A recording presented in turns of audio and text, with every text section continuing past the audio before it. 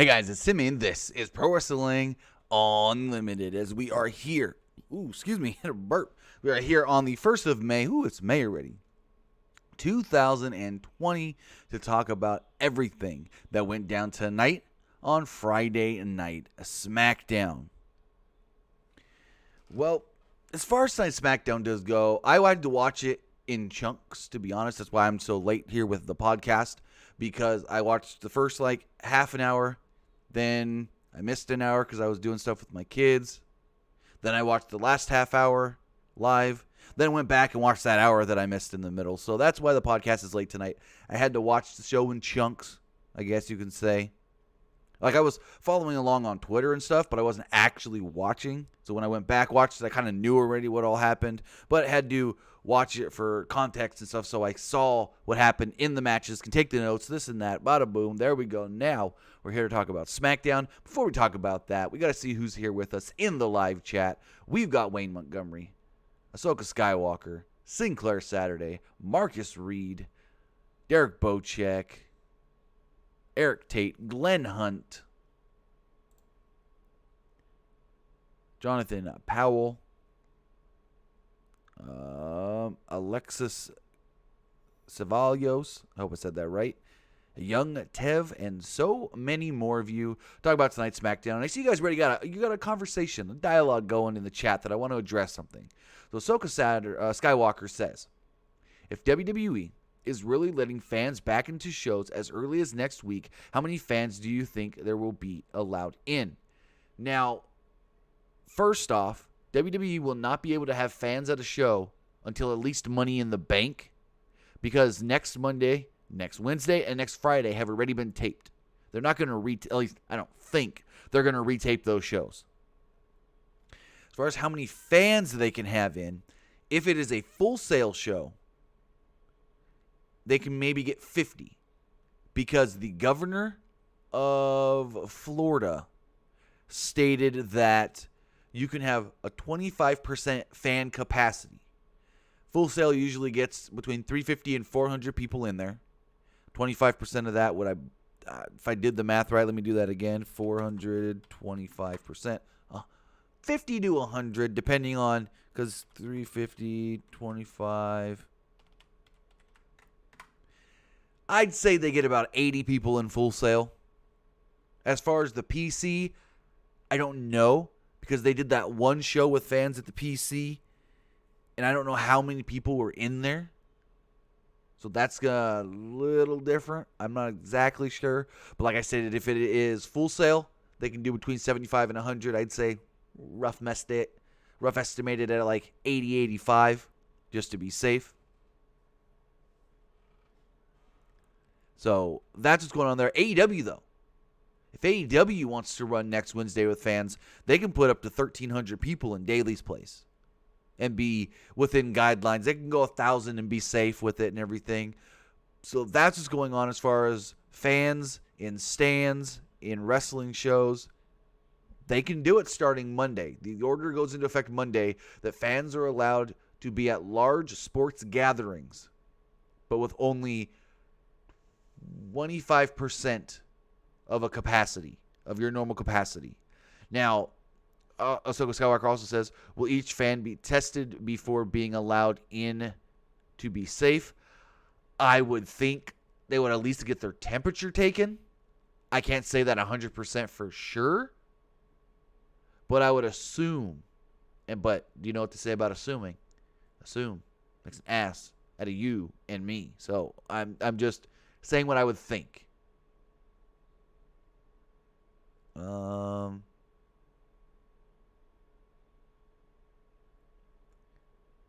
First off, Sinclair Saturday, Country Boy gig.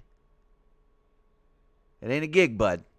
I just found a hat that I wanted to wear today because I haven't had this been able to wear this hat for a while because it was lost. Found it in my kids' room. Anyways, not a gig. Country Boy through and through. I grew up in the mountains in California. Listen to only country music and watch NASCAR every Sunday. So, not a gig, not a gimmick. It's exactly who I am. But with that, we got SmackDown to talk about.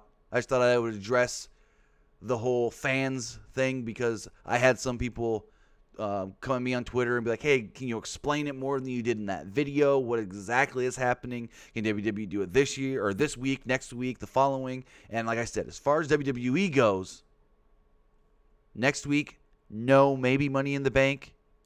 Following week, yes, AEW can for, what's it called?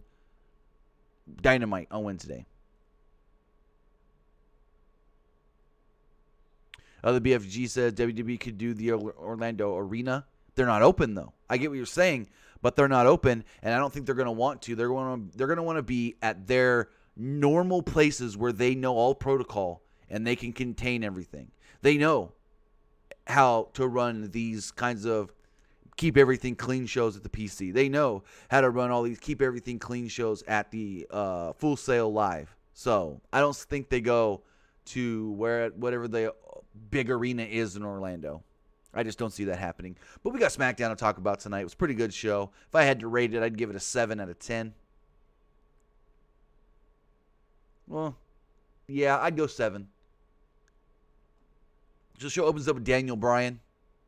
Daniel Bryan makes his way down to the ring, and he noted that in 9 days, he competes in the most unique Money in the Bank ladder match that there's ever been in history.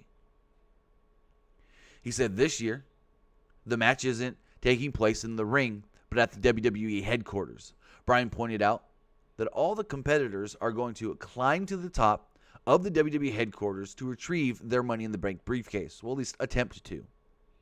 Bryan noted that he wrestled in strange places, but never in an office building.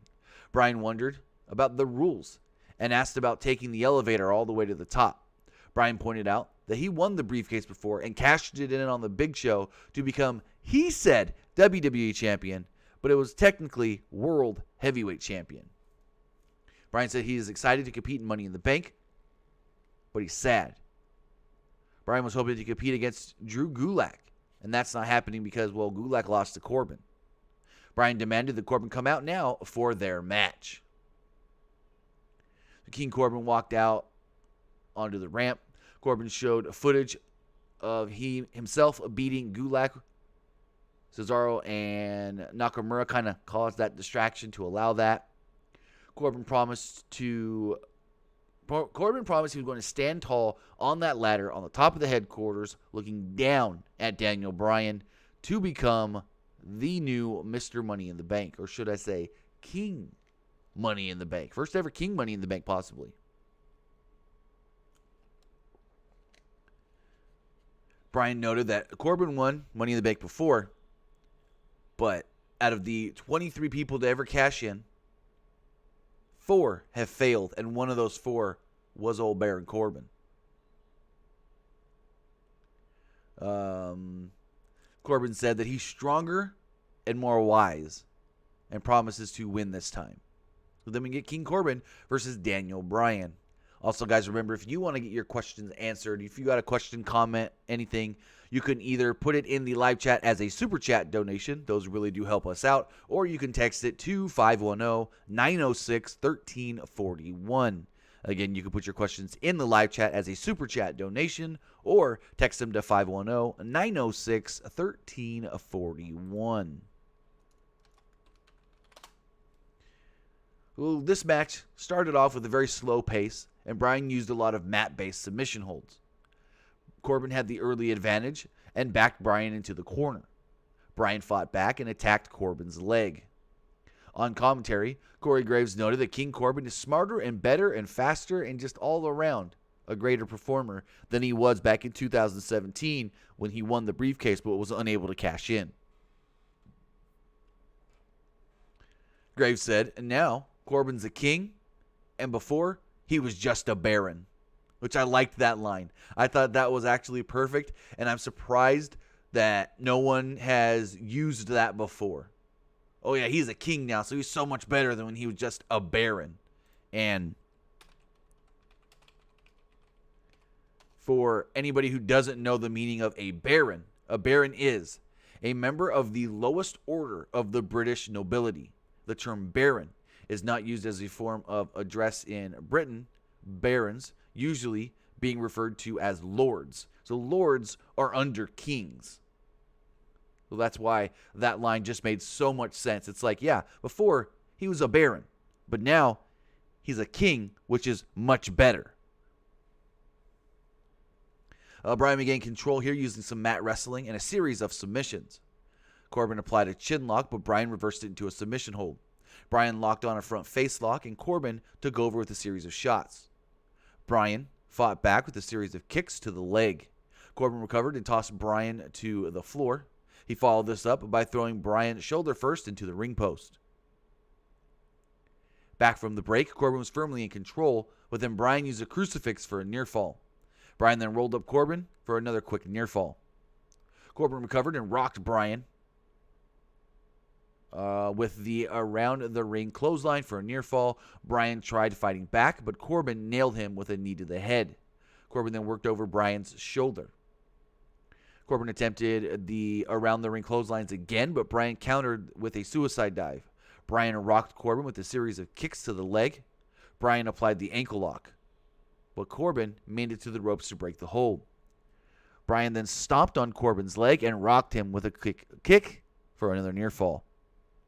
Bryan then attempted a running drop kick in the corner, but Corbin countered with a deep six, only got a near fall off of it. They started trading a lot of near falls here towards the end.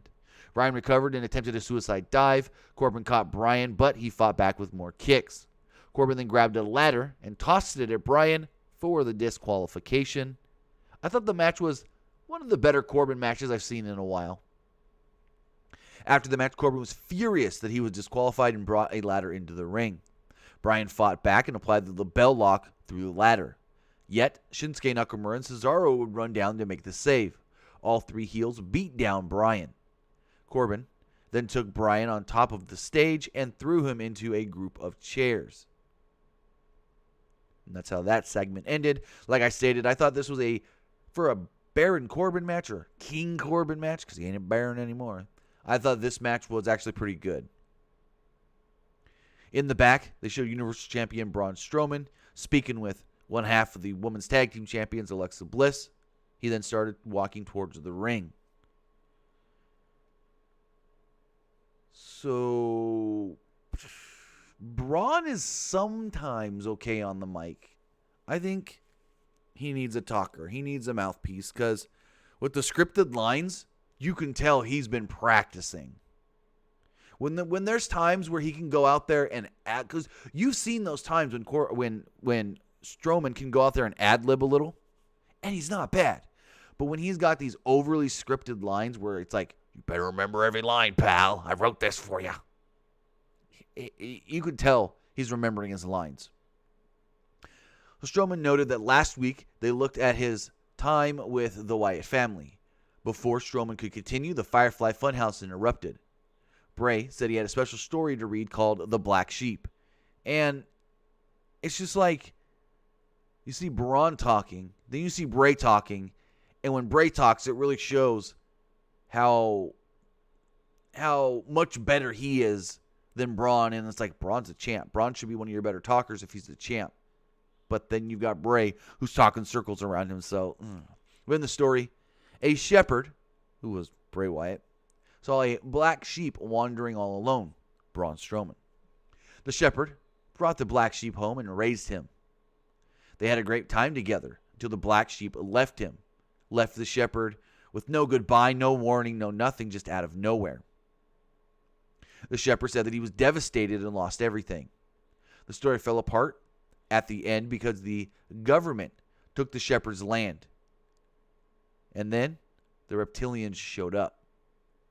Wyatt didn't like the sad ending, but he says he can change it. He continued with the story and said that the shepherd takes the black sheep to the slaughterhouse. Strowman then interrupts. Strowman finishes off saying that I'm sick and tired of the puppets and the Firefly Funhouse. He challenged Wyatt to come down to the ring. Wyatt said, "Goodbye." I thought the Fiend was going to show up, but nope. Braun just stood there in the ring like, what's next? And that was it. Next week on the show, they're going to do a face-to-face between Braun and Bray.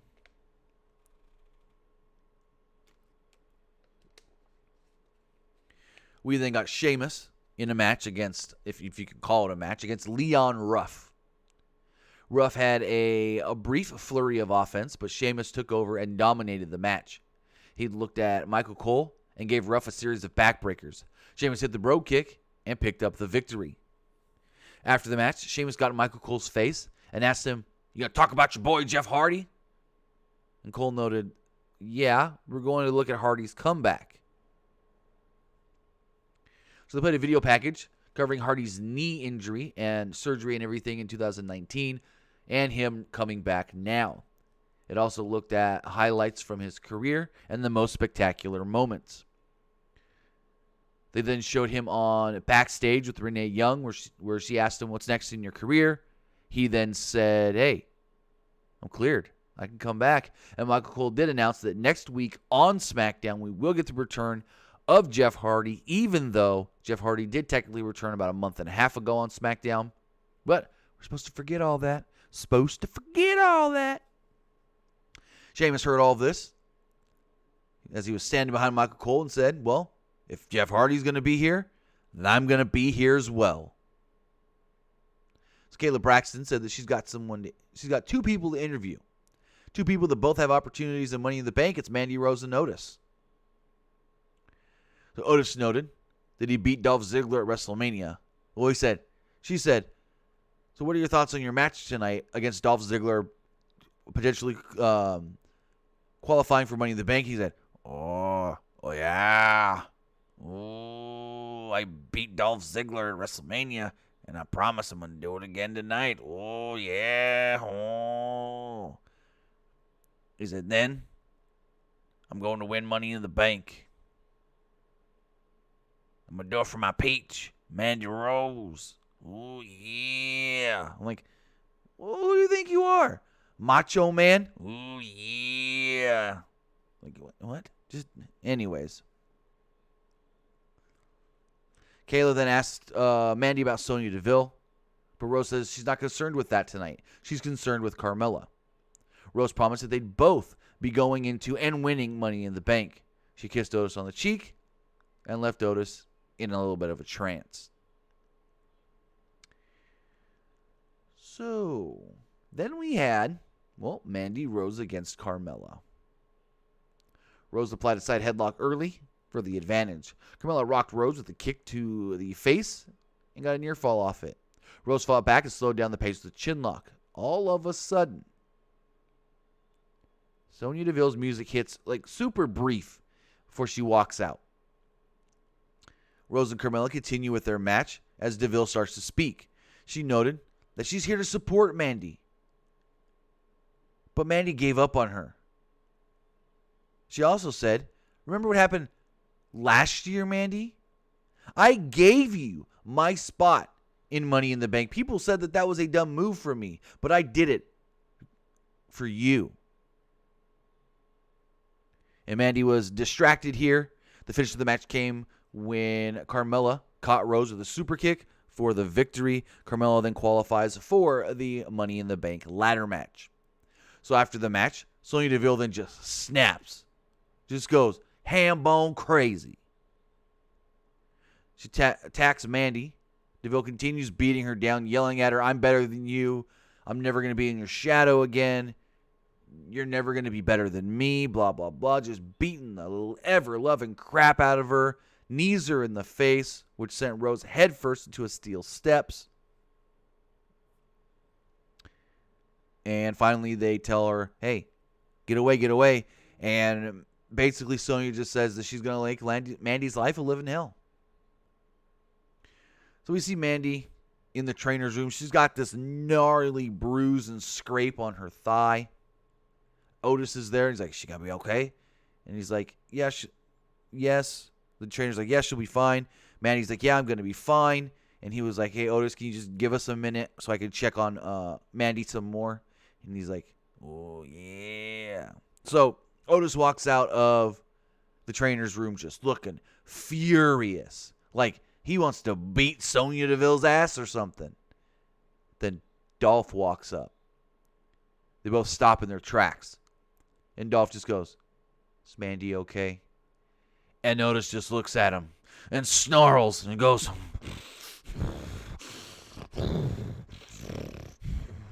And Dolph's just like, okay. Turns around, walks off. You notice she's just sitting there, standing there. Like, Dolph didn't do it? What the fuck? Why are you so mad at Dolph? Dolph didn't tell Sonya to go out there and beat the love shit out of Mandy. Sonya did it on her own. So we think. So we assume. But he looked like he was about to frickin' just snap Dolph's neck for even asking. Dolph just out here trying to be a compassionate human being for someone that he cares about, whether she cares the same way or not. So then we got the Forgotten Sons against the SmackDown Tag Team Champions, The New Day. Miz and Morrison were on commentary with Graves and Michael Cole.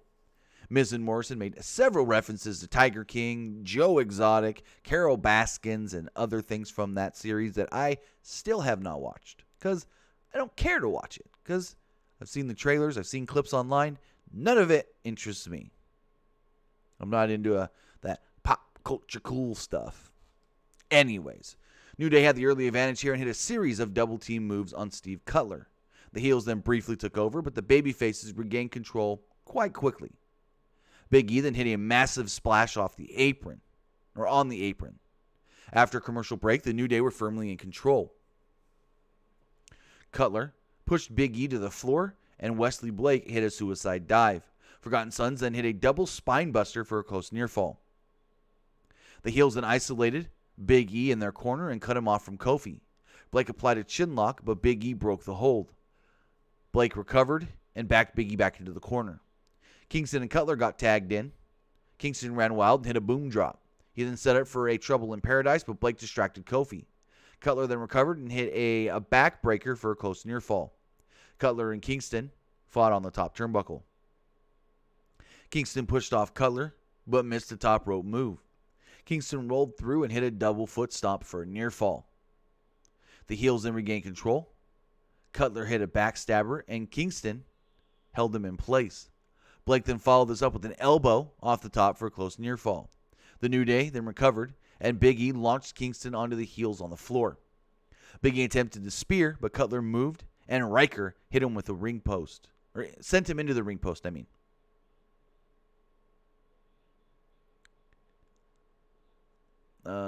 The Forgotten Sons then hit the reverse DDT foot stomp combo, picked up the victory, and pinned the current SmackDown Tag Team Champions. Yep, they lost to the Forgotten Flippin' Sons.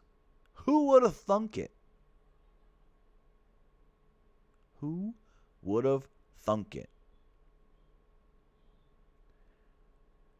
So, after that, Michael Cole and Corey Graves announced, which we already knew because of the commercial.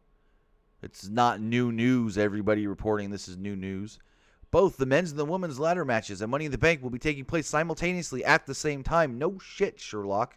The commercial says 12 people, 2 briefcases hanging above the ring.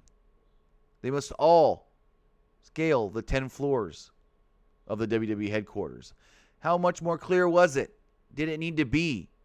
Like all these people, oh my God, it's really happening at the same time? We didn't know that before. Yeah, we did, dummies. Just saying. So in the back, Kayla Braxton interviewed Tamina. She says she's not going to be intimidated by Sasha Banks or Bayley. Banks approached Tamina and distracted her. Bayley and Banks then jumped her. They beat her down until Lacey Evans ran in to make the save. All 4 women brawled until officials broke it up. We then see Dolph Ziggler speaking with Sonya in the back. Dolph noted that people think this is just a movie, and he's the bad guy in it. He said this is not the real world, because in the real world, he's a winner. Ziggler promised to win and guaranteed that he will once again win Money in the Bank. Ziggler promised to make Rose feel better after DeVille is done with her. Also, we did learn that next week on SmackDown, 6-man tag team action when Daniel Bryan and Drew Gulak find a mystery partner to take on the team of Baron Corbin, Shinsuke Nakamura, and Cesaro. Lacey Evans and Tamina will team up against Bayley and Sasha Banks. Plus, we will get a Bray Wyatt, Braun Strowman face-to-face confrontation. Also, Monday on Raw, we will see WWE Champion Drew McIntyre in a non-title match against just Murphy. I sometimes forget that still. Skywalker, no. It is not Xavier Woods. Trust me. Not even close. Not even close. So then we got our main event. It was a Money in the Bank qualifier, Otis versus Dolph Ziggler. So Ziggler charged at Otis early, but he ran shoulder first into the turnbuckle. Otis was firmly in control and hit a standing vertical suplex. Otis followed this up with a slam for a near fall. Otis missed a charge in the corner and went shoulder first into the ring post. They fought around ringside for a while. Ziggler pushed Otis into the barricade to gain control. After a commercial break, Ziggler hit a standing dropkick to regain control. Ziggler slowed down the pace with a chinlock. Otis fought back and broke the hold. Otis then fired up and backed Ziggler into the corner. Otis attempted the caterpillar, but Ziggler rolled to the apron. Ziggler poked Otis in the eye and hit the zigzag for a close near fall. Corey Graves thought that was the finish. Ziggler then set it for a super kick, but Otis caught him and threw him across the ring and just caught him, cradled him like a baby, and just right over his head. Dolph went flying. Otis then hit the caterpillar, or as Michael Cole called it, caterpillar, and picked up the victory. Otis has qualified for the Money in the Bank ladder match.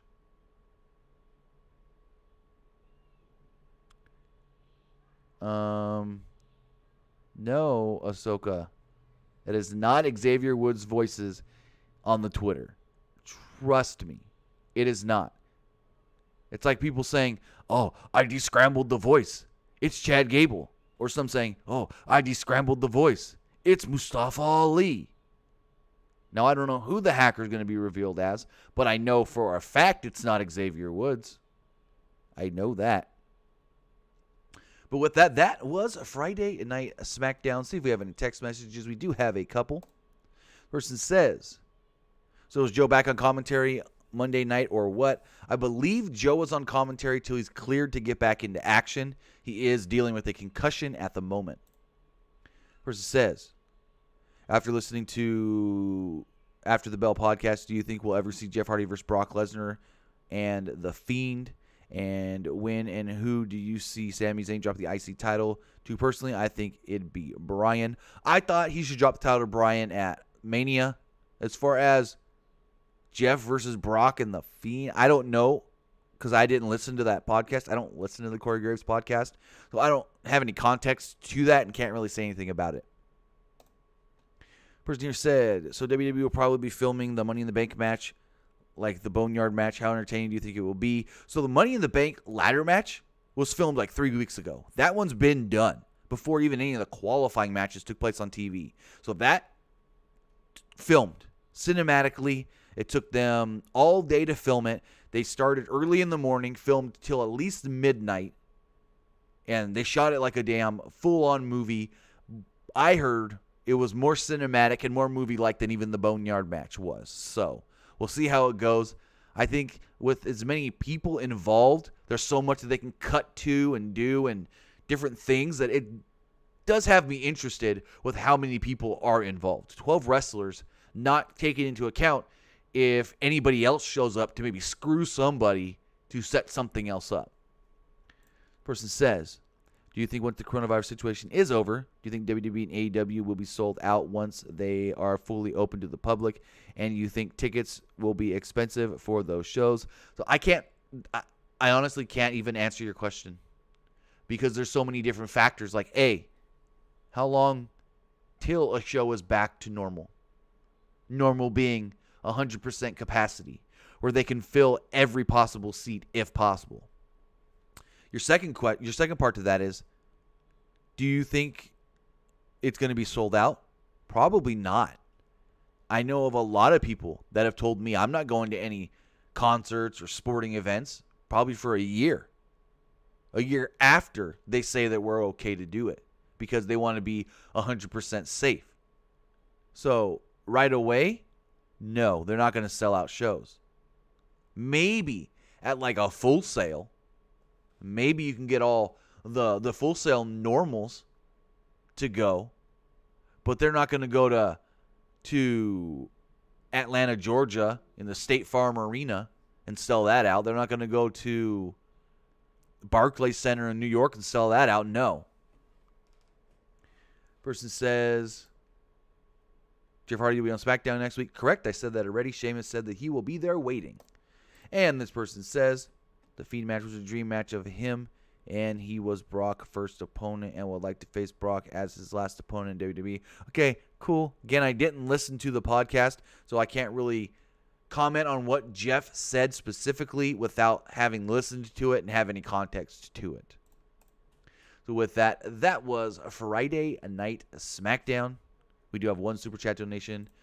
Kristen McNutt here does state, I think Axel is one of those people who want to ask for their release, and you're doing an awesome job. Thank you, and probably.